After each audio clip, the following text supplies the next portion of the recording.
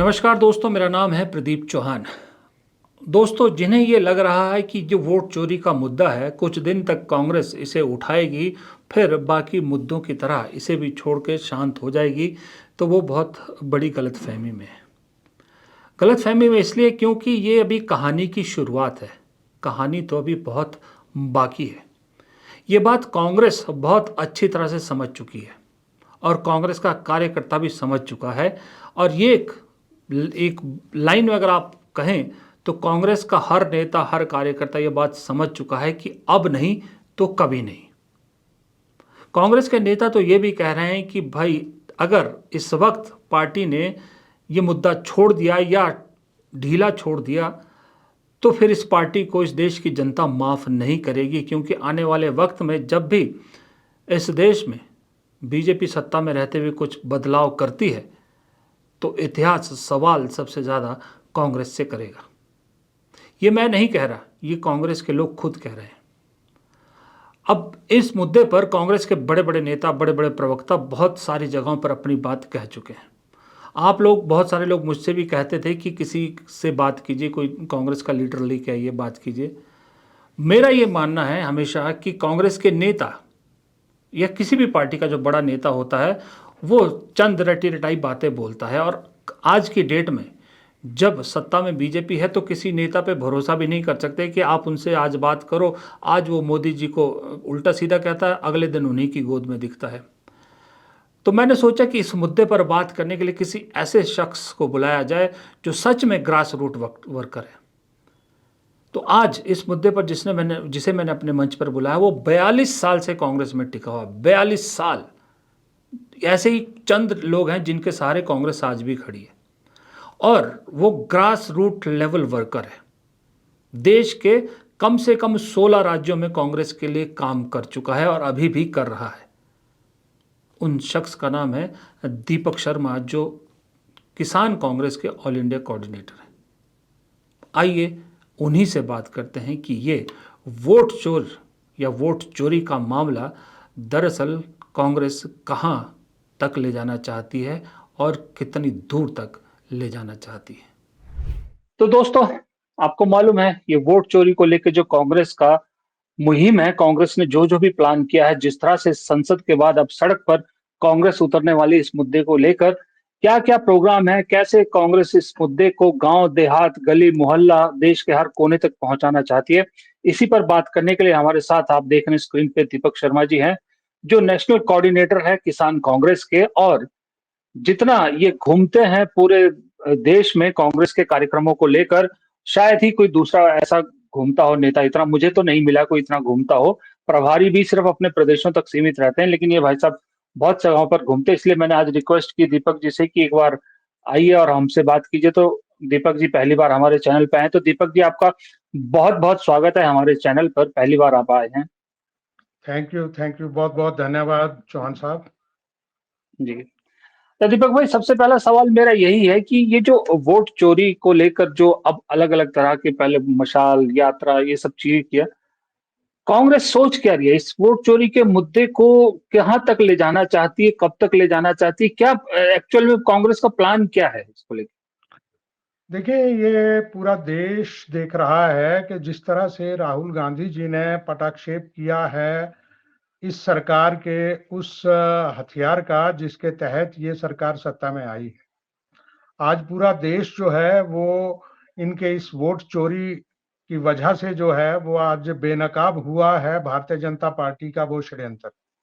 और ये कोई छोटा मामला नहीं है, ये बहुत अहम मामला है।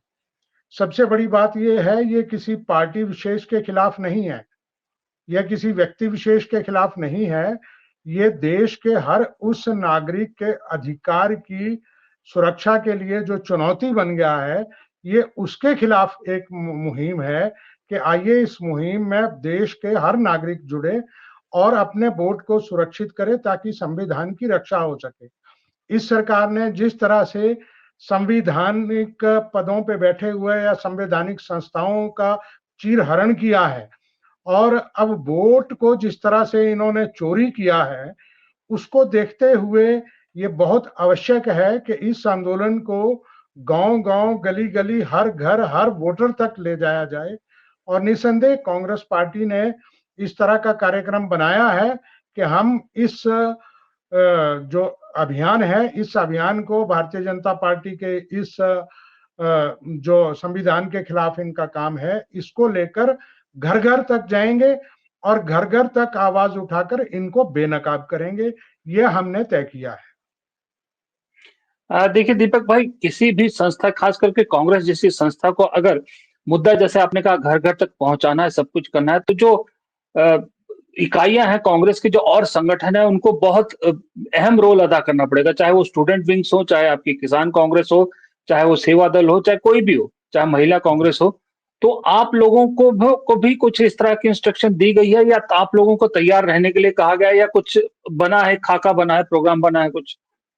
बिल्कुल, देखिए इसमें सभी जितने कांग्रेस के, चाहे वो सीनियर कांग्रेस है, चाहे वो अग्रणी संगठन है, चाहे उनके विभाग हैं, सब विभागों के लिए एकजुट होकर ऐसे कार्यक्रम बनाकर कि हमने जो कार्यक्रम एआईसीसी ने हमें दिया है कि जिस तरह से पिछले कल ही मशाल जुलूस राज्य स्तर के ऊपर निकाला गया, अब जिला स्तर के ऊपर ले जाने की बात है, फिर ब्लॉक स्तर के ऊपर ले जाने की बात है, फिर इसको पोलिंग बूथ स्तर तक ले जाने की बात है, और पोलिंग बूथ स्तर के बाद हर घर तक इस कार्यक्रम को ले जाने के लिए कांग्रेस के सभी संगठन, सभी अग्रणी संगठन, सभी विभाग और पेरेंटल कांग्रेस, ये सब मिलकर इस अभियान को तब तक चलाएंगे जब तक पूरे देश में एक जागरूकता ना फैला दी जाए और लोगों को सजग ना कर दिया जाए और भारतीय जनता पार्टी के इस षड्यंत्र का खुलासा ना कर दिया जाए।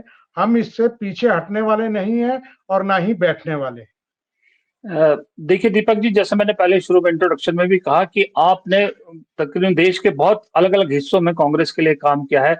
आप झारखंड चुनाव में भी इंचार्ज थे, आपने दिल्ली चुनाव में भी काम किया, आपने और चुनाव में भी काम किया। अभी आई एम श्योर आप बिहार चुनाव में भी शायद जाएंगे।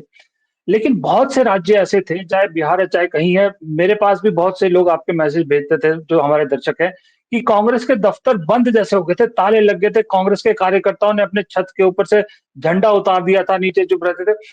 वो सब जो कार्यकर्ता जो घर बैठ गए थे, डर गए थे या मायूस हो गए थे, कुछ भी है, उन सब में एक संजीवनी का काम या एक जोश जगाने का काम ये मुद्दा कर पा रहा है? बिल्कुल कर पा रहा है। और इस मुद्दे में जो राहुल गांधी जी ने एक मूल मंत्र दिया कि डरो मत, सच कहो, और निसंदेह कांग्रेस कार्यकर्ता उससे इतना जागरूक हुआ और इतना उसके अंदर बुलंदी आई कि आज हर कार्यकर्ता अपने नेता के मुंह के ऊपर भी वो बात करने को तैयार है। अगर वो नेता जो है वो अमानत में खयानत करता है तो वो शरेआम उसको जो है वो गले से पकड़ के बोल रहा है कि भाई, कांग्रेस की विचारधारा के खिलाफ, राहुल गांधी के संदेश के खिलाफ अगर कोई चलेगा, हम उसके खिलाफ हैं। तो इसलिए आज हमारे सभी लोग जो हैं वो जागरूक होकर राहुल गांधी के डरो मत, सच्चाई कहो, देश के सामने रखो। बात राजनीति की नहीं है, बात सत्ता की नहीं है, बात है देश को बचाने की।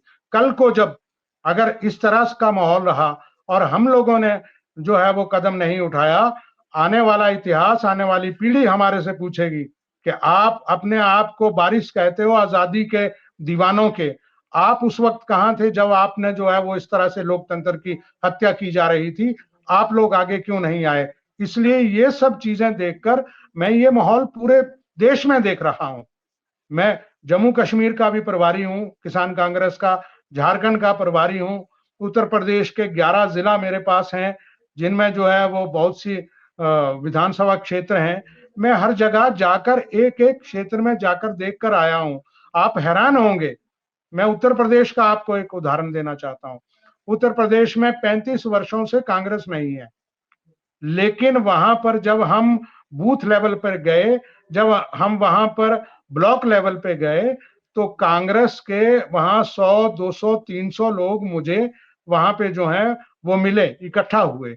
आप देखिए, जो पार्टी 35 वर्षों से सरकार में ना हो, सत्ता में ना हो, फिर भी अगर वहां पे है, तो एक बात मानना पड़ेगी कि देश में कांग्रेस की नींव इतनी मजबूत है कि उसको सिर्फ उठाने की, जागृत करने की आवश्यकता है।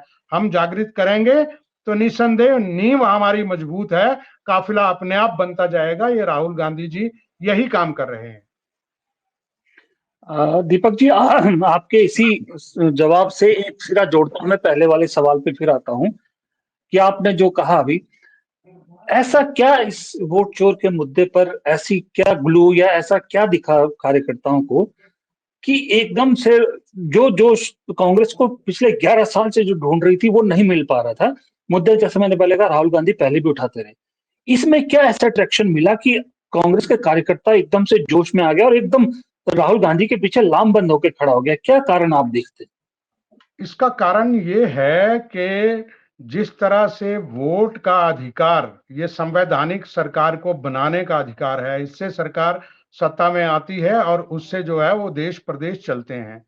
जब हमने देखा कि इतना मजबूती के साथ जमीन के ऊपर काम करने के बावजूद हम हार रहे हैं, हम जो हैं वो ईवीएम को भी दोषी ठहरा रहे थे, लेकिन राहुल गांधी जी ने जब इसकी जड़ को पकड़ा, जब ये ढूंढा गया कि इसमें असली कारण ये है कि एक एक विधानसभा क्षेत्र में आपके एक एक लाख वोट फर्जी बनाकर अगर आप वहां पे, आप देखिए विधानसभा चुनावों में तो फैसला जो है वो 1000, 1500, 2000 में मामला निपटता है।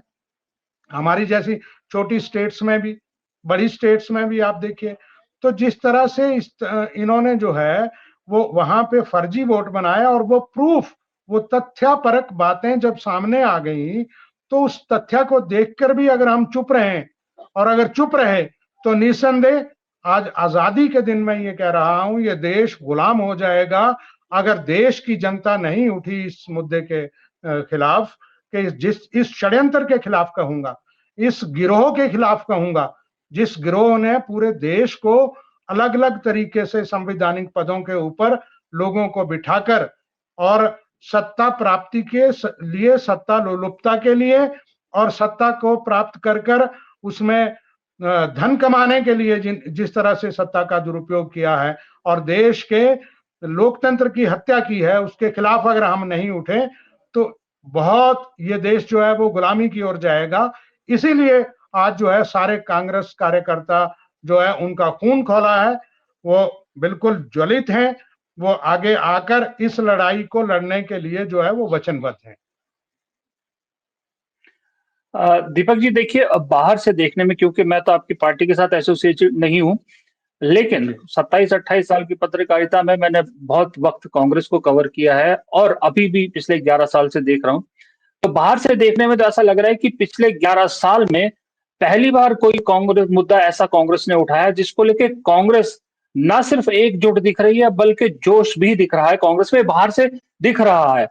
और ऐसा लग रहा है कि कोई एक मुद्दा राहुल गांधी ने ऐसा उठाया है जिसके पीछे पूरी पार्टी खड़ी हो गई है और पार्टी को उम्मीद भी है, ना सिर्फ पार्टी बल्कि पूरा ऑपोजिशन इस वक्त खड़ा दिख रहा है। दरअसल आपका क्या आंकलन है कि 11 साल में ये पहली बार ऐसा होता, आप भी मानते कि हुआ है ऐसा?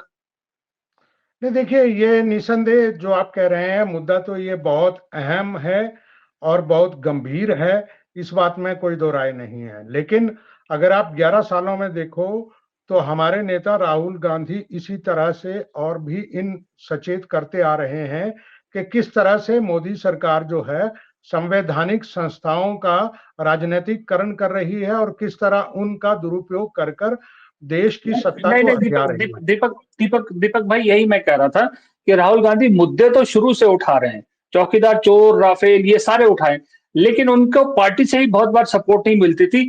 क्या इस बार जो मुद्दा राहुल गांधी ने उठाया है, कार्यकर्ता जो ऊपर से लेकर नीचे तक है, उस सबको एक मजबूती मिली है, सबको विश्वास है कि नहीं, ये मुद्दा कांग्रेस को बहुत सॉलिडली, कांग्रेस को ऊपर उठाने में बहुत मदद करेगा और बीजेपी को मात देने में कांग्रेस अगर कामयाब होती है तो मुद्दा अहम रोल अदा करेगा? क्या कार्यकर्ता की फीलिंग क्या है इस वक्त, मैं वो जानना चाह रहा था दोस्त। देखिए कार्यकर्ता निसंदेह इस बात से बहुत छला हुआ महसूस कर रहा है कि जिस तरह से भारतीय जनता पार्टी 2014 के बाद 19 और 22 में दोबारा 24 में सत्ता में आई, ये दोनों बार ये हमारे कार्यकर्ता ने भी महसूस किया, हमने भी महसूस किया कि भीड़ तो हमारे यहाँ आती थी, लोग जो हैं वो सबसे ज्यादा सुनने के लिए कांग्रेस के लोगों को आ रहे थे, लोग कह भी रहे थे कि इस सरकार के हम खिलाफ हैं। लेकिन किस तरह से हम पीछे रह गए और भारतीय जनता पार्टी आगे निकल गई, उसका कारण था ये षड्यंत्र, जिस षड्यंत्र के तहत इन्होंने इस वोट को किया। तो इसलिए कार्यकर्ता जो है आज इसकी जो है वो अहमियत को समझ रहा है और इस गंभीरता को समझ रहा है, और राहुल गांधी के उस आदेश को जो है वो सर्वोपरि मान रहा है कि निसंदेह अगर हम नहीं जागे, अगर कार्यकर्ता इस वक्त नहीं आगे आकर लोगों को सजग किया, तो ये देश गुलामी की तरफ जाएगा।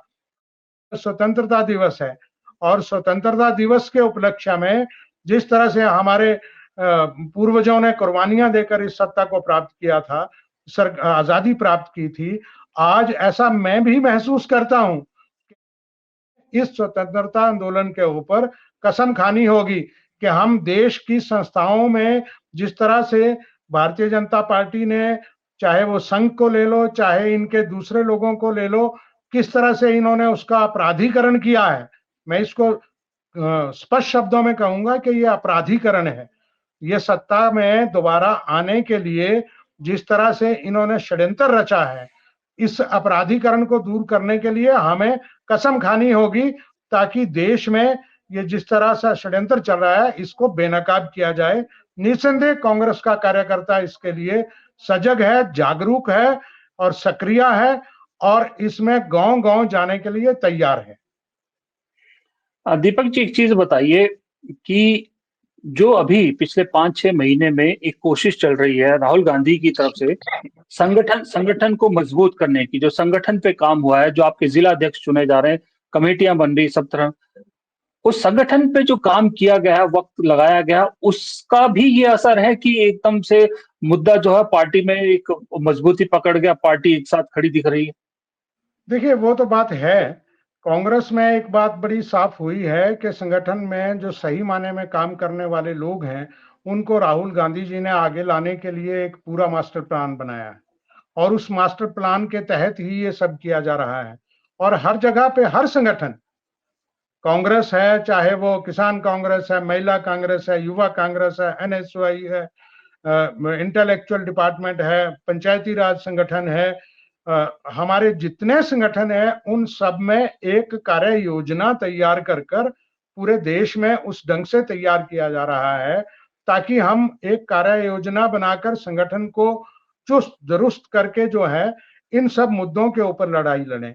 क्योंकि बात, फिर दोहराना चाहूंगा, बात सत्ता की नहीं है, बात इस वक्त देश के लोकतंत्र को बचाने की है, और उसको बचाने की खातिर कांग्रेस को और कांग्रेस विचारधारा के समर्थक लोगों को और भारतीय जनता पार्टी के खिलाफ जो भी विचारधारा के लोग हैं उनको इकट्ठा होकर जन जन के बीच जाना होगा।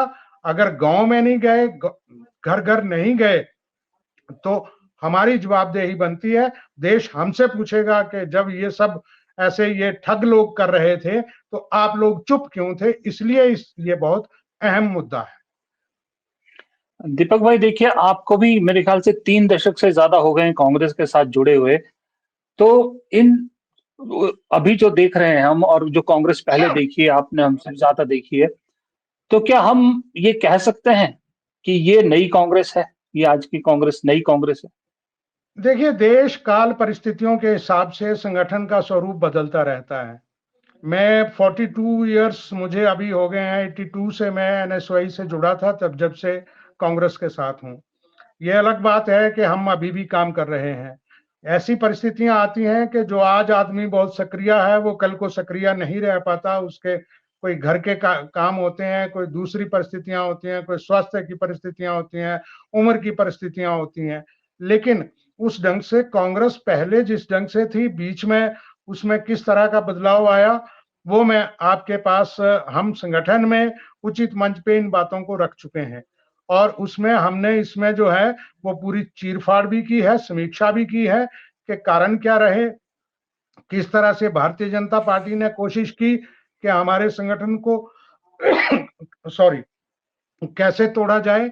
ये सब बातें साथ साथ चलती रहीं, लेकिन अब हम आपको कह सकते हैं कि भारतीय जनता पार्टी के खिलाफ कांग्रेस का मजबूत संगठन पूरे देश में जिस ढंग से आगे आ रहा है, आने वाले कल में भारतीय जनता पार्टी को मालूम हो जाएगा कि ये हम लोग अगर जीते हैं, हम लोग सत्ता में अगर आए हैं तो जनता की वजह से आए हैं।